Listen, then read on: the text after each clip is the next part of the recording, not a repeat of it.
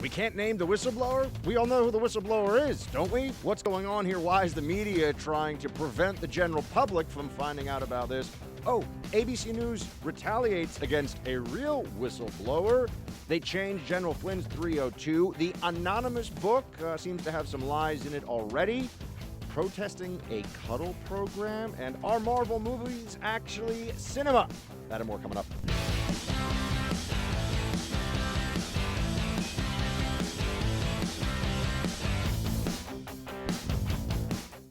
Okay, they just handed me the story. Coup has started, whistleblower's attorney said in 2017. You know when that was? That was a long time ago. It's all a hoax.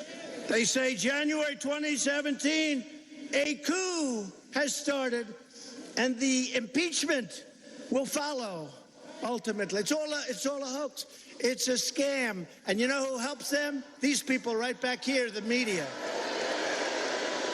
And then it said, oops, the light's going to go off. The CNN light is going to go off. From the lawyer, a sleazeball, it said, I predict at CNN will play a key role in @real Donald Trump not finishing out his first term. Can you believe this? This is a whole, and this was done a long time ago. Then he goes, as one falls, two more will take their place, referring to outgoing Trump administration employees who, by the way, have been put through hell by the sleaze back there and by crooked politicians. Welcome to the Buck Sexton Show, everybody. Man, we have quite a day ahead of us here. There you had President Trump last night at a rally in Trumpian form, talking about not the whistleblower. We'll get into that. When should we know the name of the whistleblower? Why should or should not this be confirmed? The media effort to restrict this information that's already out in public is absolutely astonishing. A media that you would think would understand that when the presidency of the United States is at stake, then the public should have a right to know. Isn't that what they said about publishing the Pentagon Papers? Isn't that what they say about naming people who are operatives of the intelligence agency sometimes in newspapers when they've been asked not to be named? Isn't this something that we all understand? The press will just decide, oh, we're going to talk about that classified program. We're going to write about this person and put them in jeopardy. Huh. But this whistleblower, which is not even really the appropriate term, person's not legally entitled to be called a whistleblower, but they've just rammed this whole thing through. They've gotten far enough in the process, and enough people referred to him that way, that this is what we are told we're supposed to say. But you'd think that the press would understand that this really matters, that the motivations of a person who is not a whistleblower, but who has called out a question of politics involving the president, but has tried to weaponize the apparatus of the federal government against a sitting president and cloak himself in the laws by expanding the meaning of plain statute beyond what they were ever intended to do. You would think the press would understand that we should know everything about this person. I mean, CNN camps out on the front lawn of random citizens who post something on Facebook that they say came from the Russian Internet Research Agency or whatever, and humiliates them. CNN threatens to dox people, to expose private citizens who make memes that CNN doesn't like. Oh, well, you better pull that down or else we're going to tell everybody who you are. Oh, but this whistleblower is sacrosanct. This is all so obvious, isn't it? This is why I don't give an inch. This is why I don't budge. This is why I don't flinch when other people say, oh, but what about the phone call and Zelensky and quid pro quo, quid pro quo? No. I smelled the coup coming a mile away. So should everybody else. This isn't the first time they've tried this. In fact, not only is it not the first time they've tried this coup, it's by the same playbook as the Russia collusion one. Stir up a bunch of nonsense, do it from hidden positions within the government, try to hide the truth from the public as long as possible, create a narrative that you cannot prove because it is a lie about the President of the United States. And then the moment the people start to figure out what's really going on, claim process violations, claim that obstruction is occurring, claim that there's some tenet of democracy that isn't being respected by the president fighting back against this nonsense. I smelled the coup coming a mile away, and I know you did too. And now they're upset about it. I think many in the media are feeling like, uh-oh, this isn't going to work the way we had planned it to. This isn't going to be the situation that we had hoped it would be, that we finally were going to nail the president, even if they couldn't remove him via Senate two-thirds majority vote after a Senate trial, that at least the president would be limping into the 2020 re-election fight after an impeachment battle that he had lost. That's the plan. I don't think that's going to happen anymore. On the upside, it means that the coup has failed. On the downside, I would not look to see the mental health of the libs improve in 2020 as a general rule. I think they're only going to get crazier. The president there started out reading tweets from the lawyer for the whistleblower. In fact, the alleged second whistleblower also has the same lawyer. To this, I would say the following. I think that I need to disclose this to you. I know this lawyer. I know him personally. I know him professionally. I don't know him super well. He is so, and I would say this, people who are my friends, I don't criticize. I would not, this guy and I are not friends. We are acquaintances. But I would also tell you that I've had to mute him on Twitter because he's so annoying with his Trump hatred. So none of this is surprising to me. None of this stuff when the president's reading out these tweets about, what was it? Coup has started. As one falls, two more take their place. Hashtag rebellion, hashtag impeachment. We're supposed to think that somebody who shares that opinion doesn't have a bizarre animus against the president of the United States that might influence whether he's willing to color outside the lines a little bit in order to get his way through the legal process here to try to take down the president. What we have here is evidence of Trump derangement syndrome. Don't we think that Trump derangement syndrome is a hindrance to one's objectivity or professionalism? Remember, lawyers are officers of the court. They are not. I know you're all laughing because we all know a lot of shady lawyers. Avenatti comes to mind, among many others. Lawyers are supposed to act within the interests of the law, not just the interests of their client. They're supposed to stay within the bounds of their professional obligations, not advance arguments that they know to be specious, not advance arguments that they know to be twisting of... Now, most lawyers will do anything for money. We know that, but technically they're supposed to be a part of the justice system. And here we have somebody who is maniacally anti-Trump, and I've known that all along, and I've had conversations with him about everything that Trump does, he thinks is terrible, basically. He has believed every argument about how Trump has obstructed justice, about how Trump has violated the law. He believes all of it. All of it. Now, are we really to think that it is a coincidence of all the lawyers in all the land, of all the lawyers in the swamp alone in Washington, D.C., the whistleblower finds Mark Zaid, who is perhaps best known for being the guy you go to when you want to publish a book after serving the government that the government doesn't want you to publish. Which is a necessary service, by the way, and I don't think that I think it's good that there's somebody who specializes in that. But he's an anti-Trump zealot. He's allowed to be an anti-Trump zealot. That's fine. I don't pretend that lawyers aren't going to have opinions about these things. Congress is full of lawyers. But we should know, because this isn't a criminal trial. This is a political question that is being processed through the United States Congress. We should know who the parties are. We should know who the players are. What do they think? What do they believe in? What are their motivations?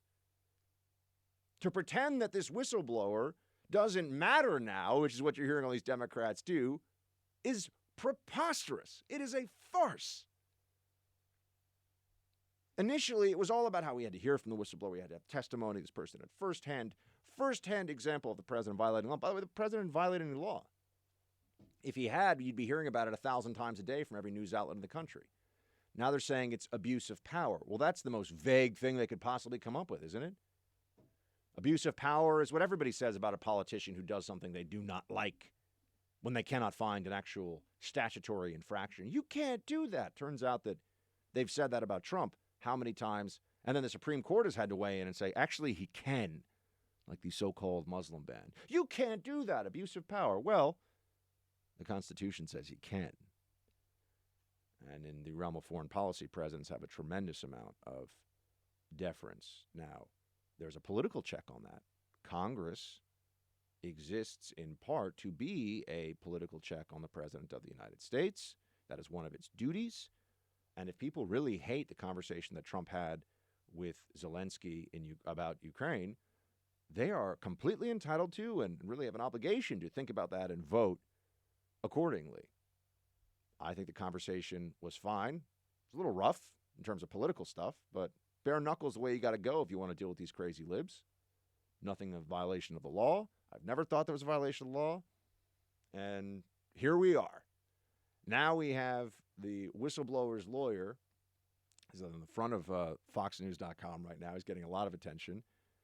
And he is not just a never-Trumper, he's an anti-Trumper. I mean, he's somebody who openly roots for people within the government to not do their duty. Sally Yates refused to do her job because she didn't like this president. That is what happened. Sally Yates also set up General Flynn because she is shameless and grotesque in her abdication of basic morality and responsibility in her duties. Grotesque. But she was a little resistance hero for a while. Yet another self-important, self-righteous, sanctimonious bureaucrat that says, I don't like Trump. I don't like what he stands for. I work for him, but I'm not going to do what he says. Okay, well, she got fired. And now we see on Twitter for all, and this is a reminder to some folks, delete your old tweets, folks. You never know when they're going to come back. Now we see that the lawyer who is, in some ways, quarterbacking this along with Adam Schiff, and who does understand this very specific area of the law well enough that it's open to interpretation and therefore manipulation. Remember that. You have a lawyer who is rooting for a coup. That's a coincidence? That's what the libs are going to tell us now? That's what the mainstream media wants us to believe? This is a coincidence. You just happen to find a lawyer who's been screaming on his Twitter account about how there needs to be a coup and hashtag resistance and government officials need to end this presidency. Doesn't matter what the people voted for. Doesn't matter what the system we have says. It's an interesting day, isn't it? Almost feels like the coup's falling apart slowly but surely.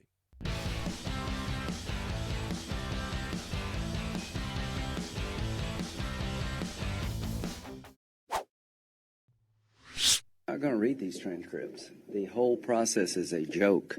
The whole idea that there's a quid pro quo based on somebody changing their testimony, presuming there was. Volker said there was not.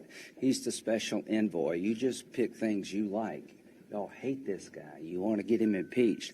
I'm not buying into Schiff running a legitimate operation over there. I was the impeachment manager. We did it vastly different. This is a political vendetta. Mueller, to me, was the final authority on everything Trump. I've read the transcript for myself. I made up my own mind. Volker, the special envoy, said there was no quid pro quo. Sunderland has changed his testimony to say he presumes there was. What I can tell you about the Trump policy toward the Ukraine, it was incoherent. It depends on who you talk to. They seem to be incapable of forming a quid pro quo. So, no, I find the whole process to be a sham, and I'm not going to legitimize it. Yes, Lindsey. Yes, this is the Lindsey Graham that I like. He's right.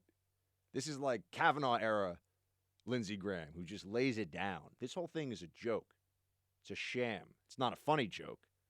It's wrong, though, what they are doing to the President of the United States, and it's wrong the way that Congress has now decided that without a crime, without a real violation to speak of, they're just going to make impeachment a process of the House majority deciding they don't like the president in an election year. They always talk about undermining our institutions. Think about the precedent that this sets. Oh, yeah? Ask yourself, what exactly are they impeaching him for? They don't know. They're going forward with it, but they're not sure what. Just like with the Mueller Russia collusion probe. Why was there a special counsel in the first place? There was no evidence of any crime that Trump committed with the Russians. It didn't exist. So why do we need a special counsel? Why can the DOJ handle it? Well, get the whole thing going. Worry about the lack of legitimacy later on. That's the game they play. I mean, at least with Russia collusion, the Democrats and the media lied about the certainty of forthcoming devastating revelations for 2 years. Any day now, Trump is going to be finished, they said. So that kept a lot of people going. That kept them on the edge of their seat. Oh, wow, okay. With impeachment, however, the plan seems to be to just repeat the same story over and over again until we simply can't take it anymore and agree to anything so that it stops. Anything but this. Even producer Mark, I come in, he's like, man, impeachment stuff is boring. I'm like, I know. We're going to listen to these State Department bureaucrats like, oh, and then I was posted in Ukraine, and I really thought that our démarche with the Deputy Assistant Secretary of the blah blah was going to make this policy change happen, and then it didn't. And I just think that that was really bad, and that's my opinion. And who cares? You want to know? You want to know the difference in Trump and Obama era Ukraine policy? Obama was like, here's some meals ready to eat, MREs, and some blankets. I hope those keep you warm while the Russians are moving on your positions in eastern Ukraine with armor and slaughtering your countrymen. You know what Trump decided for Ukraine? Hey, we're going to give you Javelin anti-tank missiles to hold off the advance of that Russian armor, and so you're not losing countrymen day in and day out in a battle you can't win because you don't have the tools to do the job. You see, that's a policy difference that matters. I don't know, but the corruption and Trump and Giuliani, a bunch of nonsense. A bunch of absolute garbage coming out of all this stuff. For what? And now we're supposed to believe this guy, Sondland, he changed his testimony? Oh, I think there was a quid pro quo. What do you mean you changed your testimony? You've already given your testimony. Now you're going to change your testimony? Remember that whole thing about I swear to tell the whole truth and nothing but the truth? Now you're doing Truth 2.0? Lindsey Graham got it right. It's a sham, a scam, a fraud. The whole thing, folks. Don't get drawn into it. They're trying to play mind games with you. This is all nonsense. It's anti-Trumpism on steroids.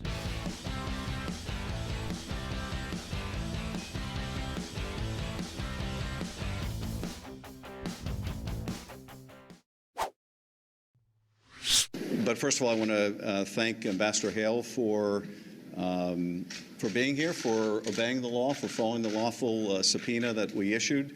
We wish others would show the same courage and dedication to the law that Ambassador Hale is demonstrating here today. Courage and dedication to the law. Adam Schiff is really a disgrace to the role that he currently holds. He's a disgrace to the legal profession. He was a federal prosecutor, which is a reminder, my friends, that prosecutors, when a prosecutor goes bad, you have a lot of problems. You have a lot of things to be concerned about. There's not a whole lot that can be done about it. They have tremendous authority and can abuse the law and can really hurt people. But while he's talking about how great it is that people are coming forward, remember, they can't have State Department lawyers with them. So they're not allowed representation. You'd say, wait, but how does that work? Congress just making up the rules as they go along here. Which also is a reminder, my friends, they've looked for so many ways to contort, distort, and abuse the law in bad faith to go after, to hurt this president. And they don't care that in that process, they're showing us all, one, how dishonest the left is in its anti-Trump machinations, but also other people will see this and say, oh, so the law really is just a tool of politics. There's no principle. There's no underlying foundation of truth or fairness or justice. It's just, it says whatever I need it to when I want a thing. the Democrats take this approach to anything involving Trump. The law is whatever they wanted to say at that moment that hurts Trump and helps them, without exception. This is why you have the hashtag resistance judiciary, these federal judges appointed by, mostly by Obama, but some by others, who come forward and decide the law doesn't say what it says because Trump. What message does that send to the rest of the country? And for a lot of people who support Trump, how are they not supposed to feel like they're being disenfranchised and that their aspirations, their political aspirations for the government, are just being nullified by people who don't care what the system is, won't play fair, don't play by the rules? Democrats claim that they are protecting our sacred institutions while they are kicking at the load-bearing foundations of those institutions. Here's an example of, Ambassador Schiff was, Adam Schiff, not Ambassador Schiff. Let's not elevate the guy. Adam Schiff saying that, Ambassador Hale's coming out to speak. We can hear from all these Ukraine policy people all day long. It doesn't mean anything. I don't care what they have to say, because there is no crime that they are referring to. They're referring to their differences of opinion with the administration. Here's a perfect example. This is from Ambassador Taylor's testimony, which has now been, I don't know whether it's leaked or officially put out or who knows, but this is the testimony.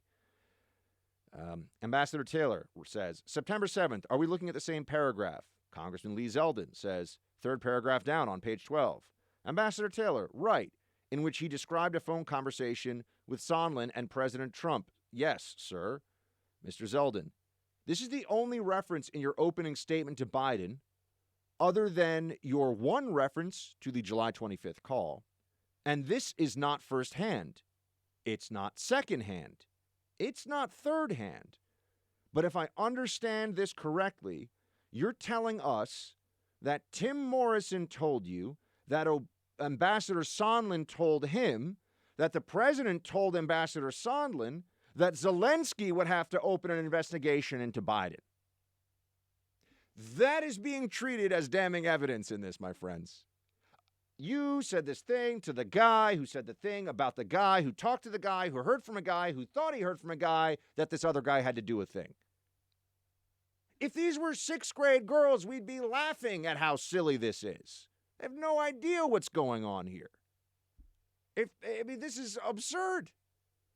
But this is a testimony. Well, I heard from somebody who heard from somebody who heard from somebody who heard from somebody else that maybe this was happening.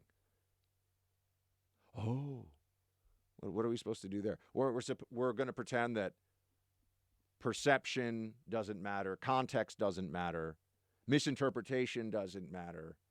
And then ultimately, what are we even talking about? The aid went through to Ukraine. No investigation of Biden or his son began. And by the way, I think there should be an investigation of Biden and his son. Well, why not? Was everybody on the, and I credit somebody on Team Bach for writing on this, was everybody on the Burisma board getting $50,000 a month? Can we find out the answer to that question? I think that really does matter. Was everybody else getting like $5,000 a month, but Hunter Biden was getting $50,000? Here's somebody, I'm going to put my hand up and say, I would make a bet that Hunter Biden's compensation on the Burisma board exceeded even that of other Burisma board members. They got him, threw him a little extra, extra cheese, a little extra scratch, a little extra, cash. Interesting.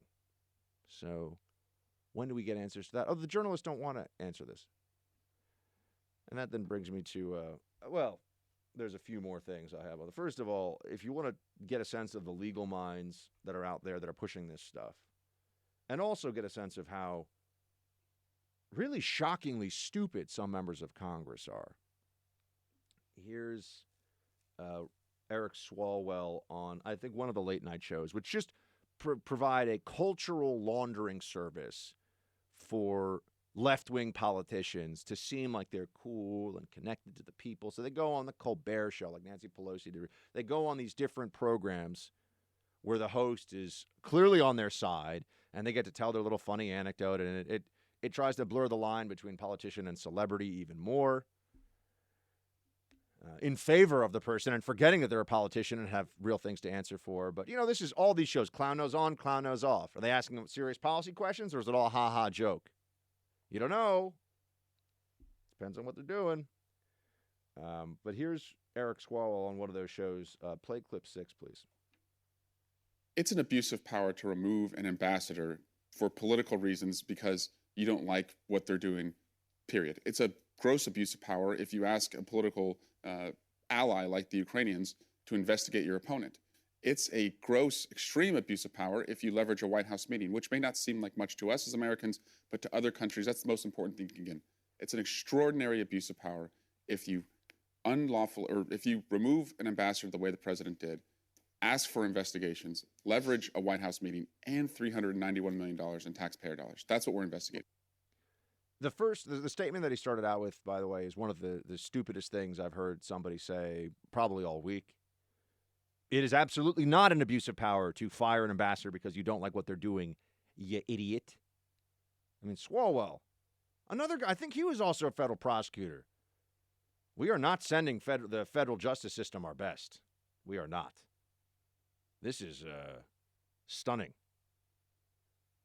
The president can fire an ambassador for any reason or no reason. The president can fire an ambassador because he thinks that he or she is just not enthusiastic enough about the policy. Really, legally, the president can fire the ambassador because it just feels like the person isn't the right man or woman for the job, and that's an entirely subjective judgment that is not reviewable by a court, that is not reviewable by the Congress. The president gets to do this. This is the system we have. I know libs are, one day they're talking about court packing, the next day they're talking about getting rid of the Electoral College. They only like the system when it gives them what they want. The second the system doesn't give them what they want, they're willing to just undermine the whole thing and say it's all crap and it was all put together by a bunch of racist white guys hundreds of years ago. It's terrible. I mean, the whole system they'll throw out the moment that it doesn't really appeal to them anymore. But Swallow's thing about it's an abuse of power to remove an ambassador for political reasons because you don't like what they're doing. No, that is a stupid, false statement. There's no person who will win this debate with me. He is wrong. That is a dumb thing to say. He is factually incorrect. The president can absolutely remove somebody because of politics from a post as an ambassador. Let's also remember some people become ambassadors because they donate money. You get to be ambassador to like nice little beach paradise country because you raised enough money for the president. Let's stop pretending like all these ambassadors, they're all central pieces in our grand strategy. These are the knights and bishops on the chessboard of our foreign policy.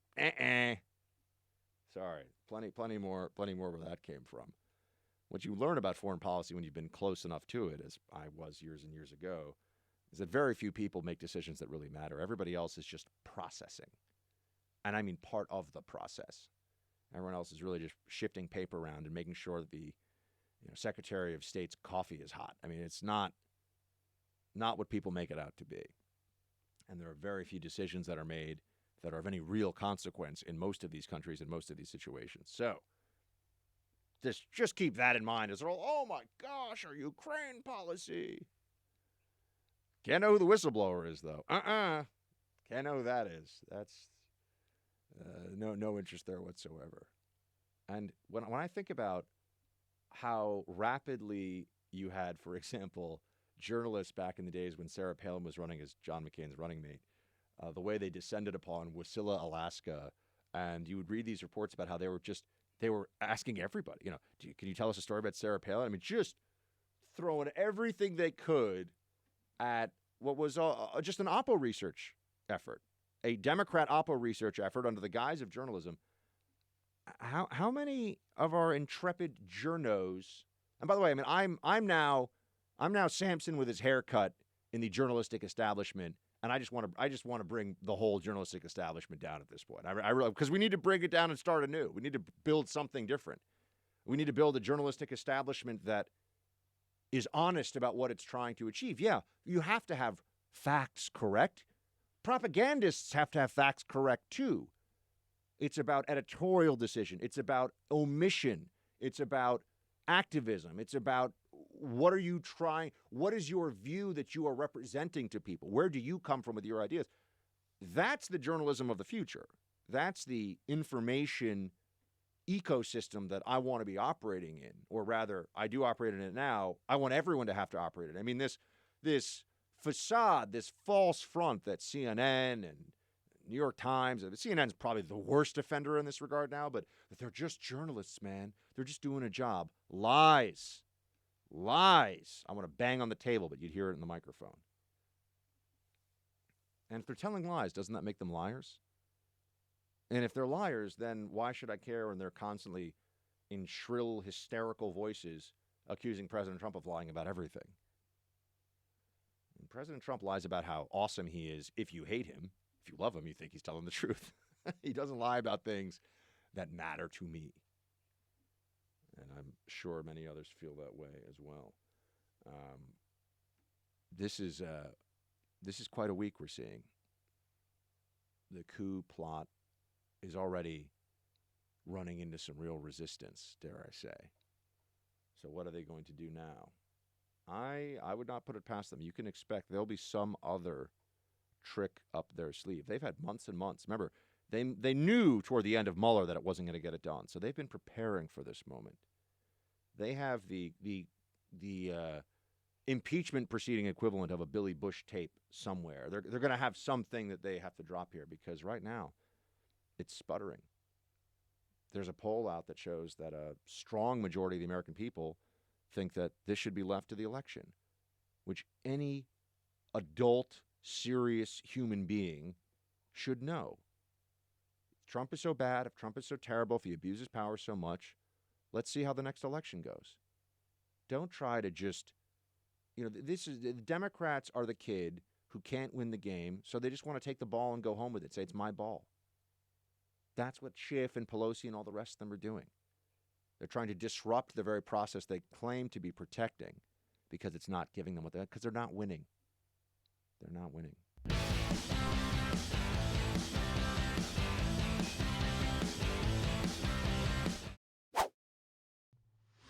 And you know what our Democratic friends have done for him? Speaker Nancy Pelosi is trying to impeach him. I don't mean any disrespect, but it must suck to be that dumb.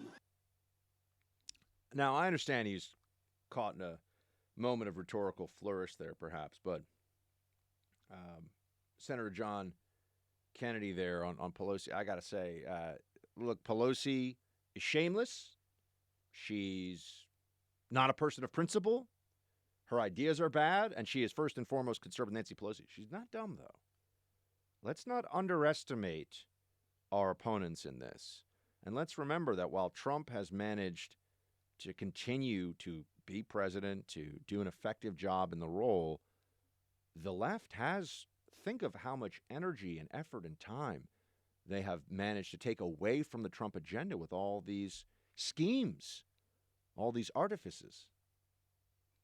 Mueller probe, now this, impeachment, collusion stuff. I'm sorry, impeachment, inquiry stuff. Collusion, impeachment, it all blends together after a while.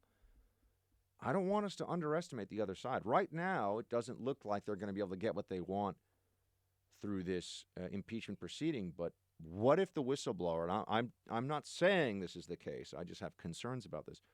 What if the whistleblower is just meant to get this thing going?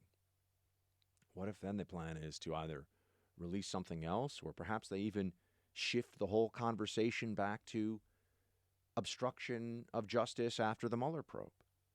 Or maybe they take just a kitchen sink approach of it's going to be a little, a couple of dashes of Ukraine foreign interference request. It's going to be a few pinches of Mueller report, obstruction, and then it's going to be emoluments clause, and then sprinkle a little bit of, Trump is basically Hitler over the top. I mean, whatever it is, they're going to try and reframe the narrative, even if the facts aren't in their favor leading into this impeachment inquiry. So we have to be careful. And I understand that Kennedy there was at a rally, but I mean, to call Pelosi dumb, Pelosi is not dumb. She's not an intellectual. She's not wise. She doesn't have good judgment. She's cunning, though. Many of these Democrats are. Adam Schiff, slimy, gross, bad person, fine. But a guy who understands how to attack people, how to smear people, how to abuse the law in order to achieve unjust ends, yeah. So I just would don't just because I'm telling you it's not working right now and that the coup seems to be faltering, Democrats are tireless in their scheming and plotting. And they've got something else up their sleeve. I don't know what it is yet, but they're going to unleash it.